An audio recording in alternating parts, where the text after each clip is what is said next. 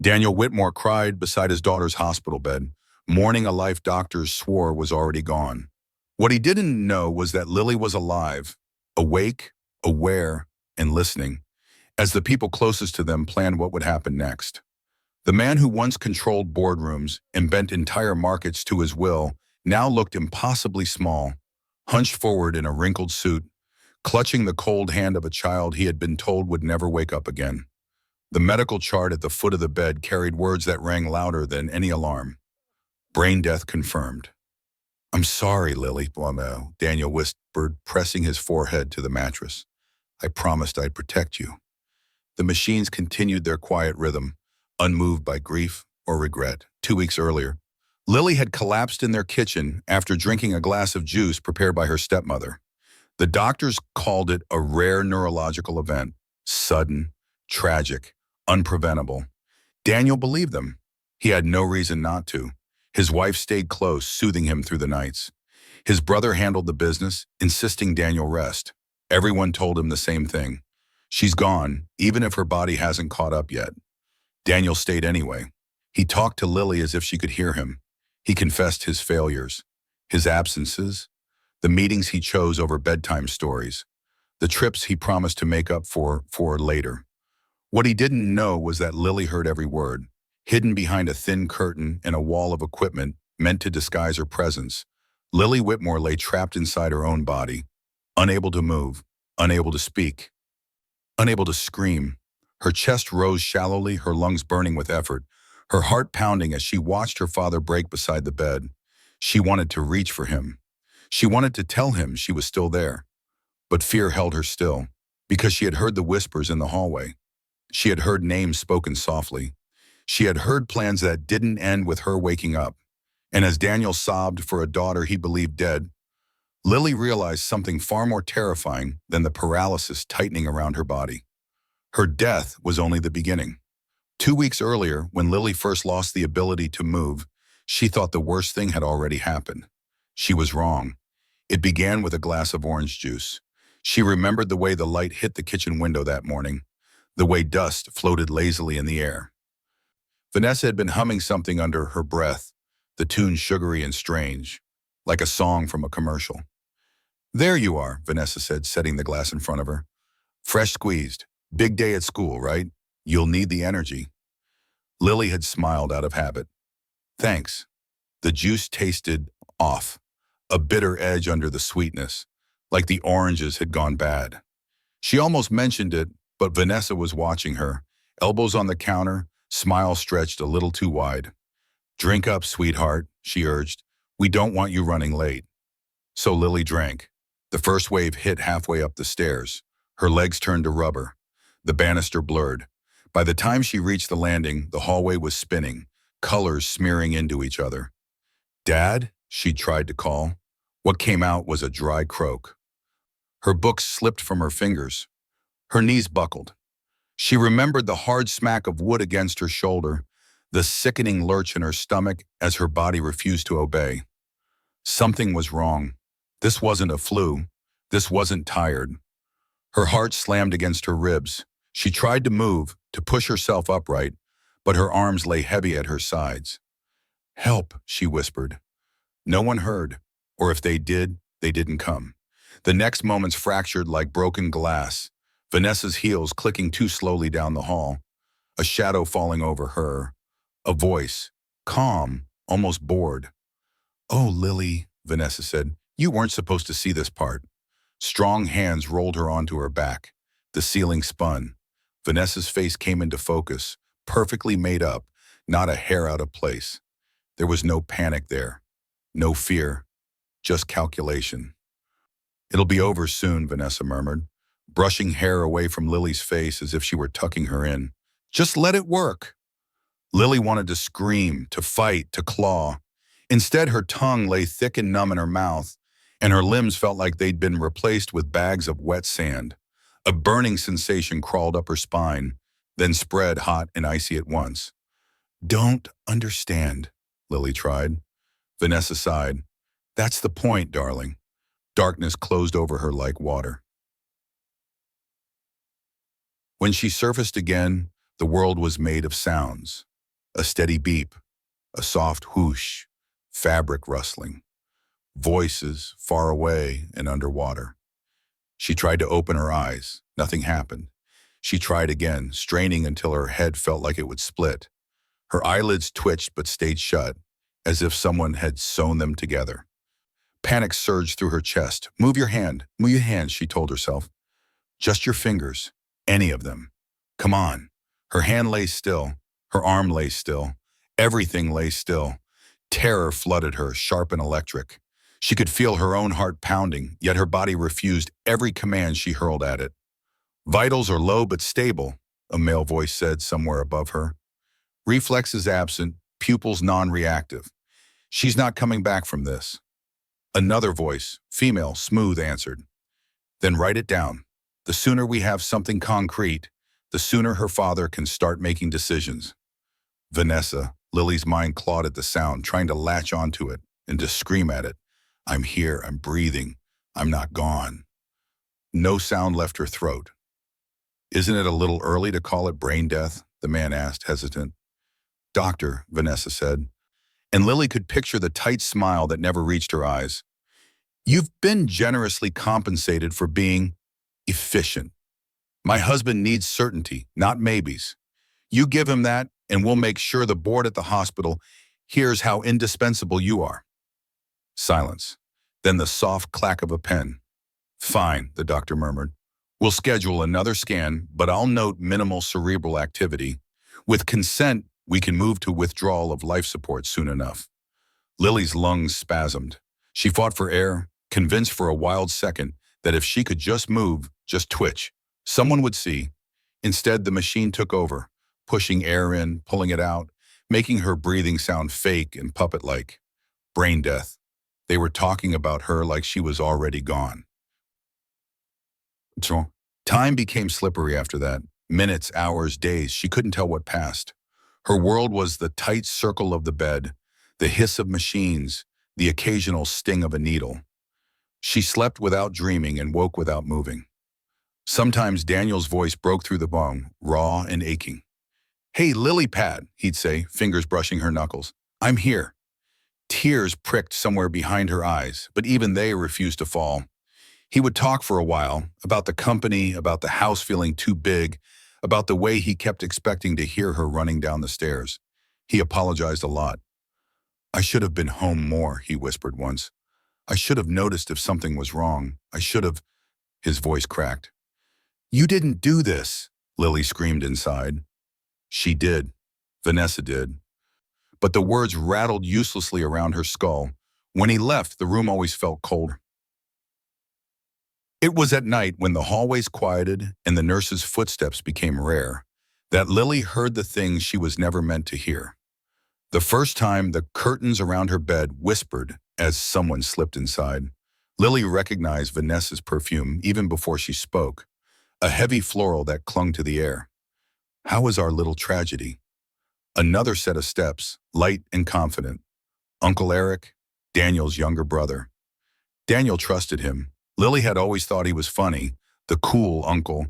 Now his voice sounded different, sharper, greased with something that made her skin crawl. Quiet as ever, Vanessa said. The drugs are doing their job. You're sure the dosage won't wake her? Eric asked. Lily felt fingers lift her eyelid. A cold beam of light stabbed through the darkness. She wanted to flinch but stayed still, locked in her own flesh. She's not waking up from this, Vanessa said. The compound slows everything, heart, breathing, neural responses. To the machines, she's a failing system. To the screens, she's a ghost. And if, by some miracle, she fought through it, we'd know before anyone else did. Eric chuckled. You really did your homework. I'm not losing my life because Daniel can't see past his little princess, Vanessa replied. Do you know what he told his lawyer last month? That he wanted to adjust the trust so Lily got controlling interest when she turned 18. Over you? Eric asked, incredulous. Over me. Over you. Over everyone. Vanessa's voice tightened. He was going to hand the kingdom to a child. Eric made a low sound. Well, good thing children are fragile. Papers rustled. The new documents are ready, Eric said.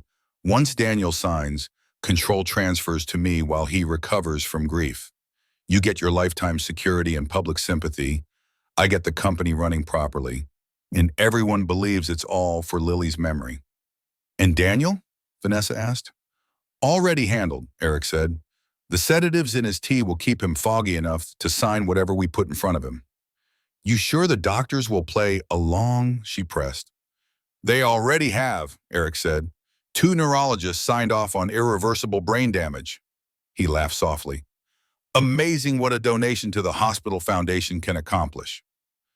Lily felt the world tilt, her stomach lurching, though her body didn't move an inch. They were killing her on paper, not just her father too, not with bullets or knives, but with signatures and pills and lies. Once we pull the plug, it'll be quick, Vanessa said casually, as if discussing weather. We'll be the grieving family. The public will eat it up. And if Daniel starts asking questions later?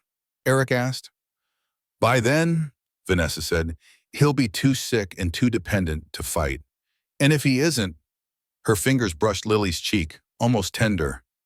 Well, she murmured, we already know what works. They left, the curtain swaying slightly in their wake. Inside her unmoving body, Lily screamed until her throat felt shredded. No sound escaped. Her heart tripped against her ribs, the monitors chirping faster for a moment before settling again. She understood now. They hadn't just poisoned her. They had turned her into a prop, a story to leverage, a tragedy to hide behind while they dismantled everything her father had built. Her death certificate would be a key, not an ending, a key to trusts, to shares, to power, to control. Lily stared into the suffocating darkness behind her closed eyes and forced herself to memorize every word, every inflection, every plan. If she somehow survived this, if fate or luck or something stronger than both gave her a way out, she would not forget. Because lying still like a corpse, listening to her killer's plan, she realized one terrible, crystal-clear truth. Being declared dead was only the first step in what they had planned for the Whitmores. The days after that conversation blurred together, a loop of light and darkness, of machines humming and footsteps coming and going. Lily counted them not by hours, but by the sound of her father's visits, each one shorter, sadder, more drained than the last. She could tell something had changed. His voice had grown slower, softer, as if each word cost him effort. Sometimes he slurred, pausing mid-sentence as if his mind had slipped away for a second too long. At first, she thought it was grief. Then she heard her voice. Daniel, please, Vanessa murmured one morning, the way someone might soothe a frightened child. You can't keep torturing yourself like this. Lily's heart lurched at the sound of her stepmother's gentle tone. She'd perfected that softness, the way it wrapped around words like silk hiding steel. I don't understand, Daniel's voice cracked. They said she was gone, but I keep thinking, what if... Vanessa's footsteps approached the bed. Lily felt the brush of fingers over her arm, cool and perfumed. Daniel, Vanessa whispered, don't do this to yourself. The doctors have confirmed everything. Keeping her like this, it isn't helping her or you. Lily wanted to scream, don't listen to her, but her body betrayed her again, still silent, a prisoner in her own skin. Vanessa sighed softly and Lily heard the clink of porcelain on the bedside table. Drink your tea, Vanessa said. You didn't sleep again last night. It'll calm your nerves. Tea. The word hit Lily like a shard of glass. She remembered Eric's voice in the dark, the smug certainty. The sedatives in his tea will keep him foggy enough to sign whatever we put in front of him. A faint sound reached her ears. The soft scrape of porcelain lifted. The gentle sip of a cup. Daniel exhaled shakily. You're right, he murmured. I'm tired. Vanessa's hand brushed his shoulder. Rest. I'll handle everything.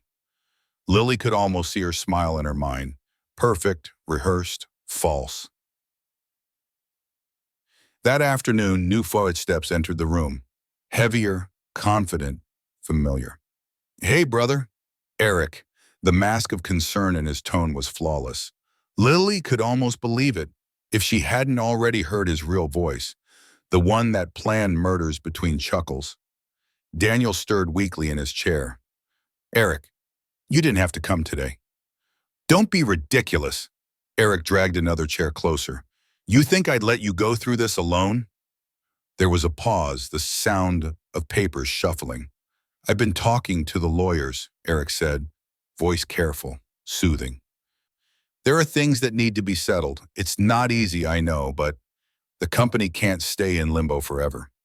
Business, Daniel muttered, almost bitterly. You always think about business. Because someone has to, Eric replied smoothly. You've built something incredible, Dan. Lily would want it to survive. Lily's stomach twisted. He was using her name, her memory, like a tool. I can take care of the transition, Eric continued, just until you're back on your feet. The board trusts me, the lawyers trust me, it'll be clean, temporary. And Vanessa? Daniel asked quietly. Eric gave a low, sympathetic laugh. She's grieving too in her own way. Let her handle the house, you handle your heart, and I'll handle the rest. That's what brothers are for, right? There was silence, then the faint scratch of a pen being placed on paper. Lily's pulse thudded in her ears. She knew that sound. Her father was signing something. Vanessa's soft voice returned, sweet as honey. There, see, you don't need to worry. Eric and I will take care of everything while you rest. Lily wanted to tear free from the machines, to throw herself between them, to grab her father's trembling hands and shout, "Don't sign anything." But all she could do was listen. Whoopit fell heavy and slow. The room was dim, except for the glow of monitors and the city lights spilling through the blinds. Somewhere outside, a siren wailed, distant and fading. Vanessa's heels clicked against the floor as she entered again. How is he? Came Eric's whisper. Slower, Vanessa said almost cheerfully. The dosage is taking effect. He barely finished his tea tonight. Good, Eric replied. We'll move the next round of documents to him tomorrow. Once he's fully under, we'll schedule the board meeting. Vanessa laughed quietly. You're ruthless. You love it. Maybe. The sound of fabric brushed the air, Vanessa leaning closer to Eric, maybe resting a hand on his arm. Lily's stomach churned. What about her? Eric asked, lowering his voice. The girl? Doctors are on standby. When the scans are complete, we'll declare irreversible loss of function.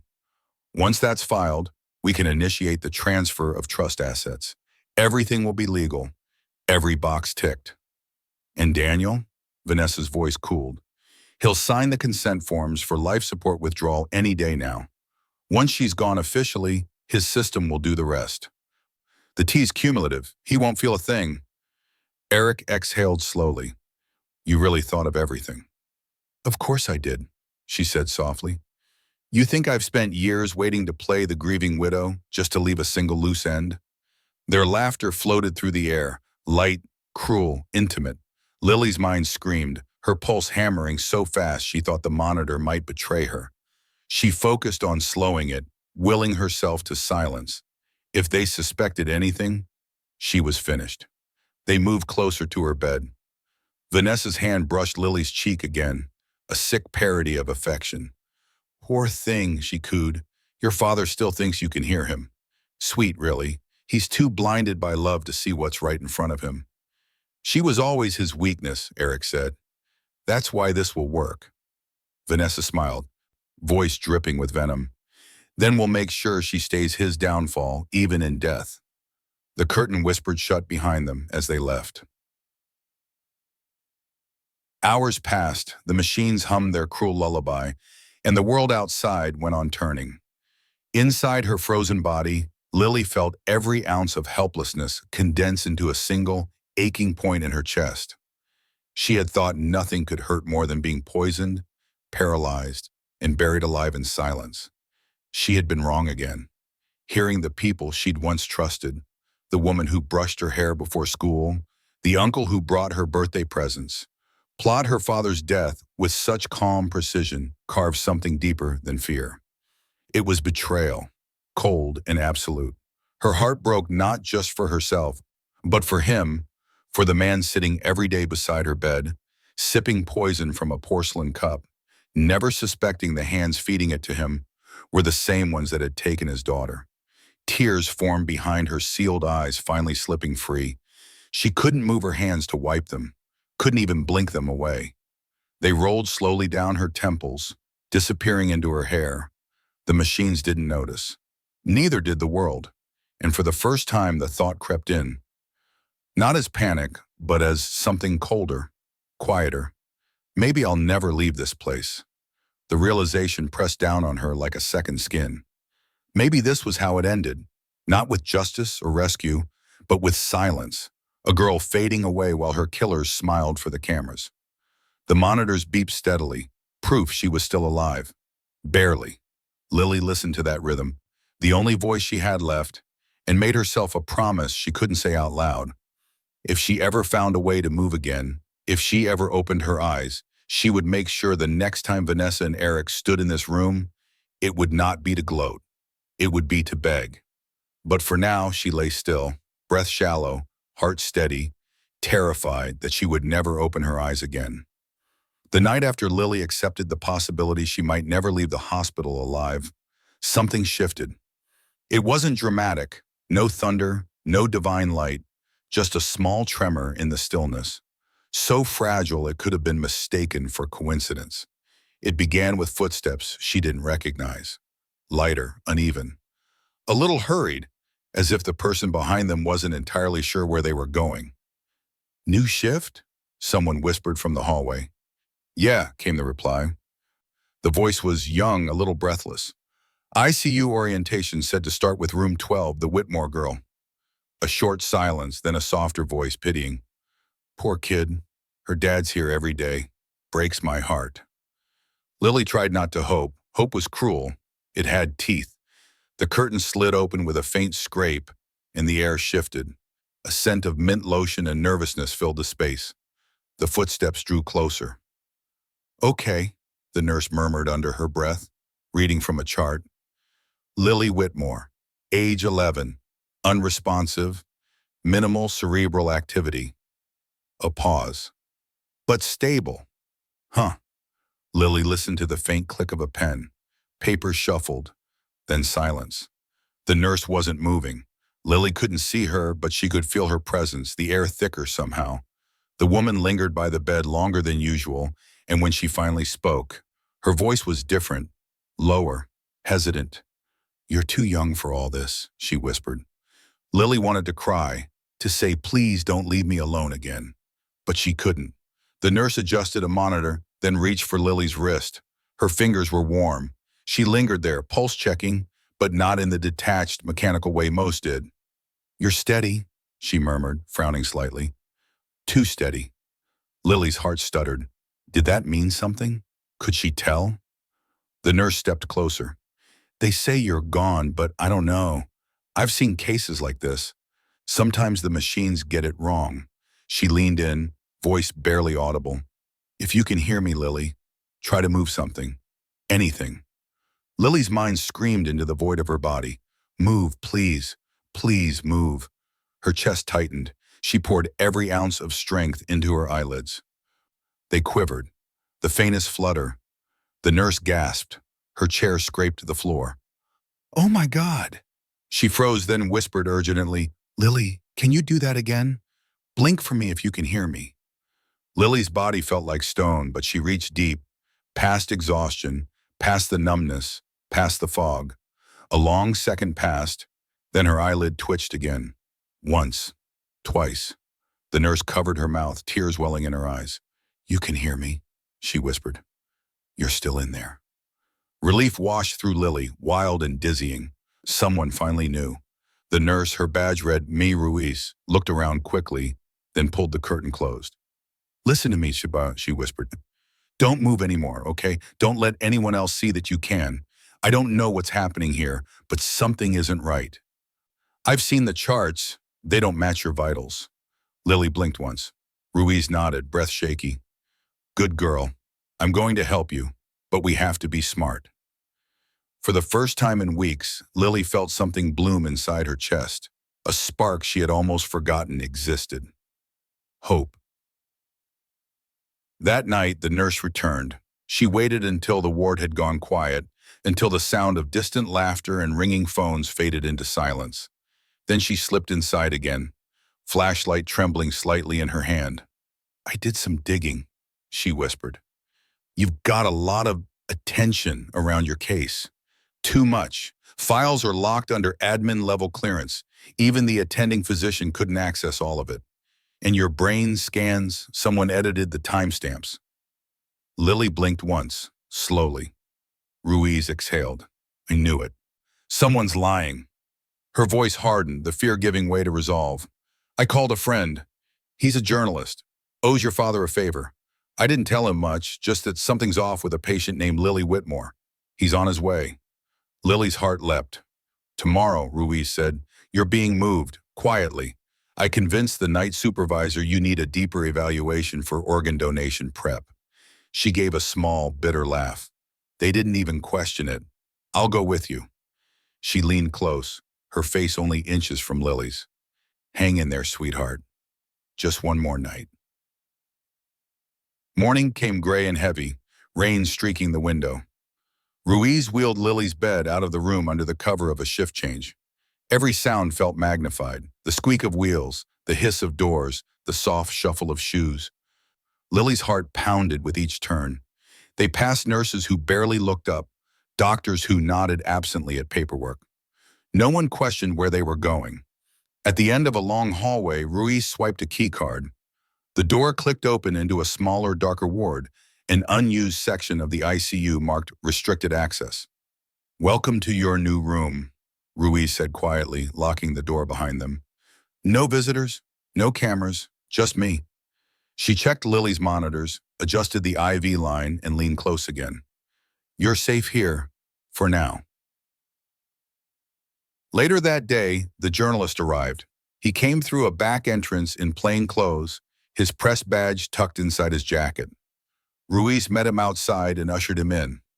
Lily couldn't see him clearly. Her vision was still limited. Her eyelids heavy, but she heard the low murmur of voices. "You're sure about this?" the man asked.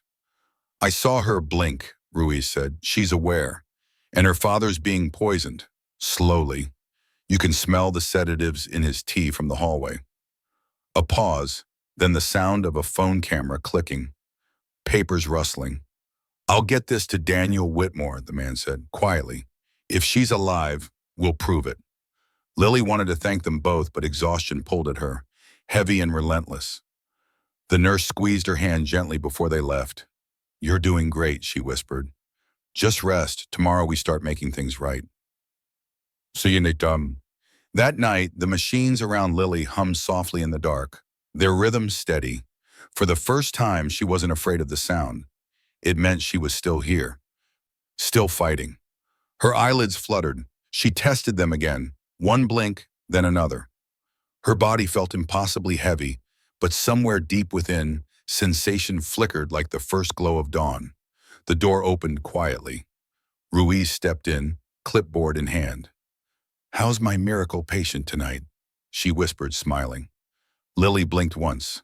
Ruiz chuckled softly, brushing a strand of hair from Lily's forehead. "You keep that up, and we'll have you talking again in no time." Lily blinked twice, slow and deliberate. Ruiz froze. "You understood that," she breathed. "You're responding." The nurse's eyes filled with tears. "Okay. One step at a time." She leaned closer. "Can you try to say something? Anything at all?" The air felt thick, her throat raw from disuse, but Lily forced her lips to part. The first sound came out broken, a weak rasp. More air than voice. Ruiz leaned in, trembling. "It's okay. Take your time." Lily tried again. A whisper escaped, hoarse, almost soundless, but clear enough that Ruiz gasped. "D- Dad?" Ruiz covered her mouth, tears spilling freely now. "Oh my God, you said—" Lily blinked once, slow and sure. Ruiz's voice cracked. "He's going to hear you again. I promise, my buzz." Outside the sealed ICU room, the city continued unaware. Cars passing, lights flickering, life moving on. But inside that quiet space, something impossible had happened. For weeks, Lily Whitmore had been a ghost trapped in her own body, unseen and unheard. Now she had spoken, and the world, Vanessa, Eric, all of them, would never be the same again. The news reached Daniel Whitmore 3 nights after Lily spoke her first word. He was sitting in the private consultation room the hospital had given him, a sterile box of beige walls, untouched coffee, and sleepless air. His suit hung loose around him now. His hands shook when he tried to hold the pen the lawyers had given him earlier that day. He hadn't signed. Something inside him refused. That's when the door opened and a young nurse slipped inside, the same one who'd tended to Lily's room. Her eyes darted to the corners of the room before she spoke. "Mr. Whitmore," she said softly, "I need you to come with me. Right now." He blinked, weary. "Another meeting? I can't. It's about your daughter." The pen clattered from his hand. "What about her?" He whispered. "The doctors said they lied." The nurse's voice trembled. "Please, don't ask questions here. Just follow me." Daniel's chair scraped the floor as he stood. The next moments passed in a blur. The hum of quiet corridors, the press of the nurse's badge against the scanner, the faint hiss of automatic doors sealing behind them. They entered a restricted wing he'd never been told existed. When they stepped into the dim ICU room, he froze. There she was, Lily, Bev. Her eyes were open, turned half-lidded, pale but alive. Tubes still ran from her arms. Machines still whispered their cold symphony. But the spark that had vanished from his world now stared back at him through a curtain of tears. "Dad." The word came out as a cracked whisper, fragile and small. Daniel staggered forward, his hand trembling in the air before it found hers. "Lily?" Her fingers twitched weakly in his grasp, the smallest movement, and it broke him completely. He dropped to his knees beside the bed, shoulders shaking. "You're here, my God, you're really here." Lily tried to smile, but her lips quivered. "They told you I was gone." Daniel could barely speak. I watched them put those words on your chart. They said there was nothing left." His tears fell onto her blanket. "I believed them." The nurse stepped back quietly, closing the curtain behind them. "You have 5 minutes," she whispered. "No cameras here, no staff. I'll keep watch." Then she was gone. Daniel turned back to his daughter, searching her face for life, for color, for any sign that this wasn't a cruel hallucination. How are you?" Lily's voice trembled, every word costing effort. "They did this to me." He frowned. "Who?"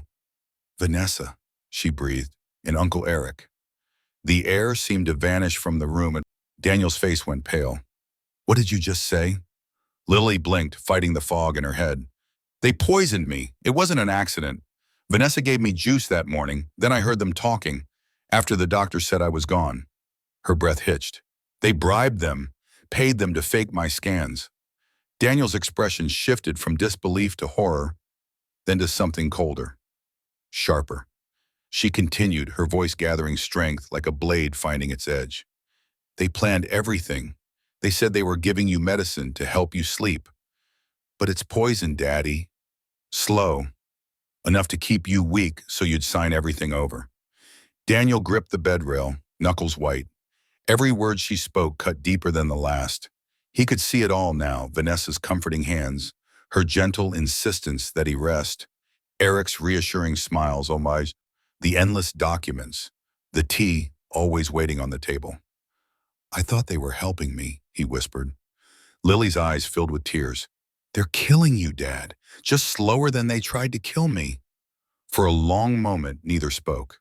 The only sound was the rhythm of the monitor, steady, fragile proof of her survival. Then Daniel straightened, wiping his face. When he looked at her again, the grief in his eyes had hardened into something fierce. "Listen to me," he said, voice low and deliberate. "No one can know you're alive. Not yet. If they find out, they'll try again." Lily nodded weakly. The nurse said the same. "Good, then we'll play their game." He squeezed her hand gently. "They think they're winning. Let them." "How?" she asked. Daniel's jaw set. "We make them believe I've given up.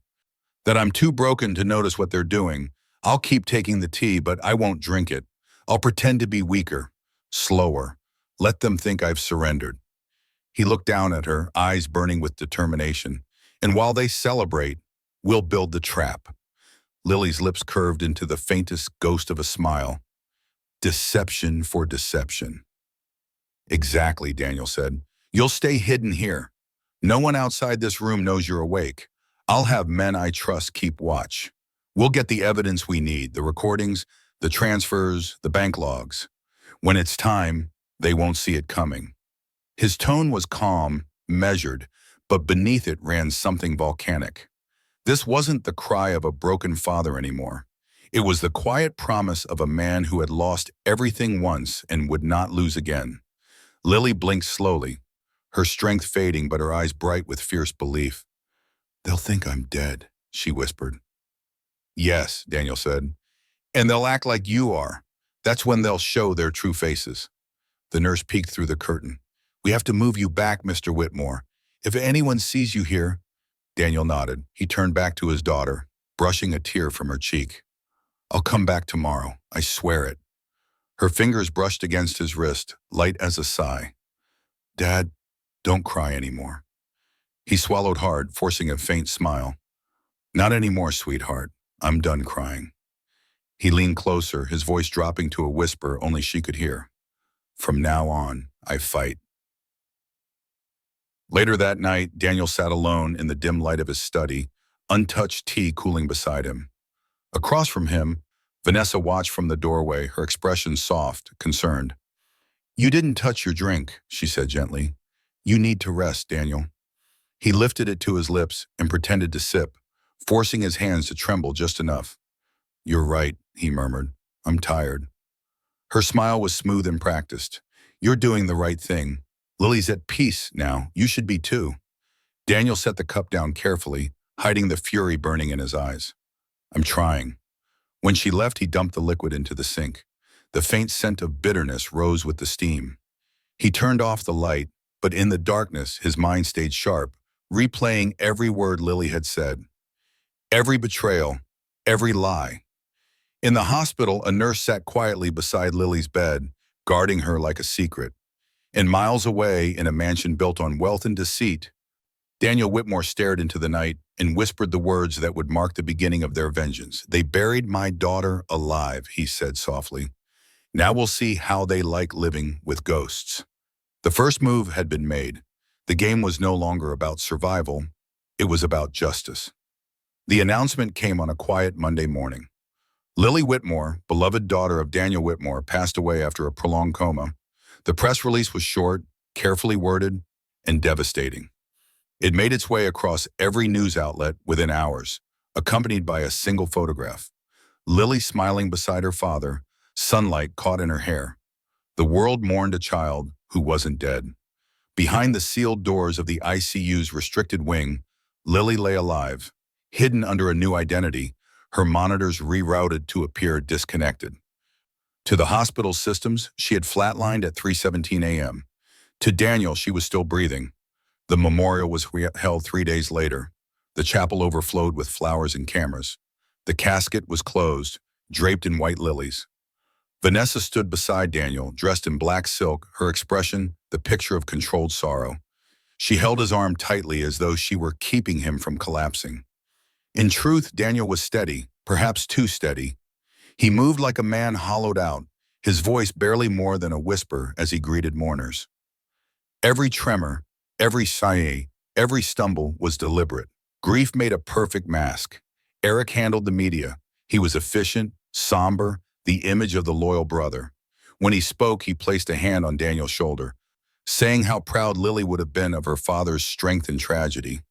Daniel let him. Each handshake, each condolence, each sympathetic headline bought him more time. Behind the scenes, the real work had already begun. His security chief, one of the few men Daniel still trusted, installed hidden recorders in his study, the dining room, the garden. The staff was quietly replaced, the new ones loyal only to him. Every conversation Vanessa and Eric had within the house was captured, every call routed through a secure server his old friend, the journalist, had set up. Meanwhile, the tea ritual continued. Each night, Vanessa poured the steaming cup, her movements slow and careful.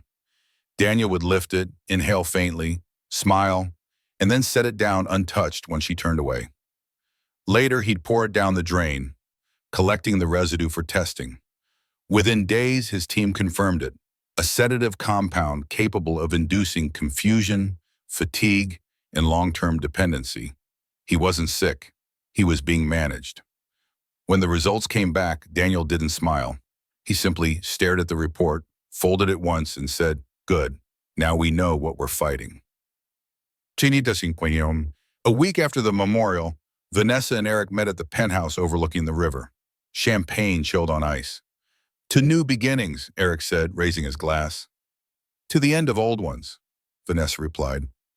They toasted, unaware that the microphones hidden in the chandelier caught every word. Down the street, Daniel watched from his car, expression unreadable, a small device in his hand flashing with each captured sound. He exhaled slowly, eyes narrowing. Let them believe they'd won. For now, the conference room at Whitmore Industries was filled to the brim with power. The board members sat in polished silence, expensive watches glinting beneath the sterile lights. Lawyers whispered in low tones, papers neatly stacked in front of them, waiting for signatures that would finalize the transfer of Daniel Whitmore's empire. At the head of the table, that Vanessa Whitmore, dressed in sleek black, her poise immaculate. To her right, Eric leaned back comfortably, confidence radiating off him.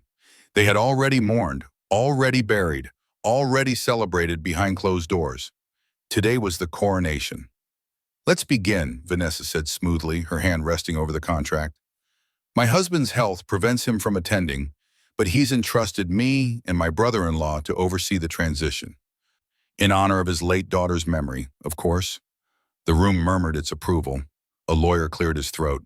"Once these signatures are complete, control of Whitmore Industries will formally pass to the interim leadership." He stopped. The double doors at the far end of the room swung open. Every head turned. Daniel Whitmore stepped inside. Alive, upright, eyes burning with quiet fury. The murmurs erupted instantly. Shock, disbelief, even fear. Vanessa rose halfway from her chair, the color draining from her face. "Daniel," she whispered, voice trembling. How?" He didn't answer. He simply walked forward, the sound of his shoes echoing like a gavel against marble. Behind him, the door opened again, and Lily entered. The room fell into stunned silence. Her steps were slow, careful, but steady. The same girl the world had buried now stood before them, alive, fragile, but undeniable.